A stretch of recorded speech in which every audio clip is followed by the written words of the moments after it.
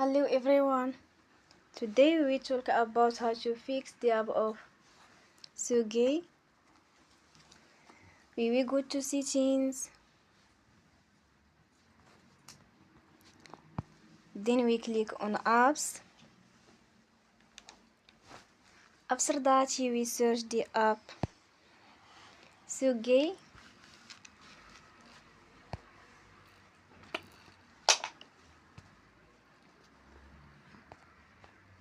And we click. You will on for stop. After that we go to storage. Then we click on clear cache. In the end you will turn your Wi-Fi and you will turn again. Don't forget to support us by like and subscribe. See you next time and thank you for watching.